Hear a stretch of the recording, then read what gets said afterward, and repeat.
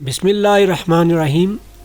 ایک عورت رسول اللہ صلی اللہ علیہ وسلم کے پاس آئی اور اپنے شوہر کی شکایت کی کہ وہ بہت زیادہ اپنے دوستوں کو گھر دعوت دیتا رہتا ہے اور وہ تھک جاتی ہے کھانا بنا کے، اور ان کی مہمانداری میں رسول اللہ صلی اللہ علیہ وسلم نے کوئی جواب نہیں دیا اور وہ عورت واپس چلی گئی۔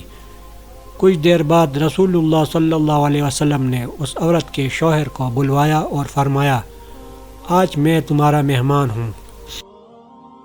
وہ آدمی بہت خوش ہوا اور گھر جا کے اپنے بیوی کو بتایا کہ رسول اللہ صلی اللہ علیہ وسلم آج ہمارے مہمان ہیں۔ اس کی بیوی بہت خوش ہوئی اور وقت لگا کر محنت سے ہر اچھی چیز تیار کرنے میں مصروف عمل ہو گئی۔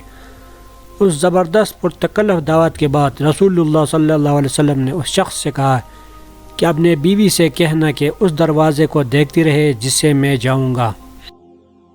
تو اس کی بیوی نے ایسا ہی کیا اور دیکھتی رہی کہ کس طرح رسول اللہ صلی اللہ علیہ وسلم کے گھر سے نکلتے ہی آپ صلی اللہ علیہ وسلم کے پیچھے بہت سے حشرات، بچھو اور بہت سے مہلک حشرات بھی گھر سے باہر نکل گئے، اور یہ عجیب غریب منظر دیکھ کر وہ بے ہوش ہو گئی۔ جب وہ رسول اللہ صلی اللہ علیہ وسلم کے پاس آئی تو آپ نے فرمایا کہ یہ ہوتا ہے جب تمہارے گھر سے مہمان جاتا ہے تو اپنے ساتھ ہر طرح کے خطرات، مشکلات اور آزمائشیں اور مہلک جاندار گھر سے باہر لے جاتا ہے، اور یہ اسی وجہ سے ہوتا ہے کہ جو تم محنت کر کے اس کی خدمت مدارت کرتی ہو۔ جس گھر میں مہمان آتے جاتے رہتے ہیں اللہ اس گھر سے محبت کرتا ہے۔ اس گھر سے بہتر اور کیا ہو کہ جو ہر چھوٹے بڑے کے لیے کھلا رہے۔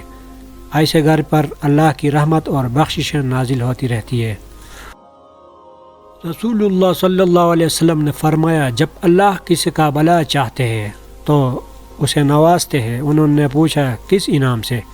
اے اللہ کے رسول صلی اللہ علیہ وسلم، آپ صلی اللہ علیہ وسلم نے فرمایا، مہمان اپنا نصیب لے کر آتا ہے اور جاتے ہوئے گھر والوں کے گناہ اپنے ساتھ لے جاتا ہے۔ میرے عزیزو، جان لو کہ مہمان جنت کا راستہ ہے۔ رسول اللہ صلی اللہ علیہ وسلم کا ارشاد ہے کہ جو اللہ اور روز آخر پر ایمان رکھتا ہے وہ اپنے مہمان کے ساتھ بے لوث ہو۔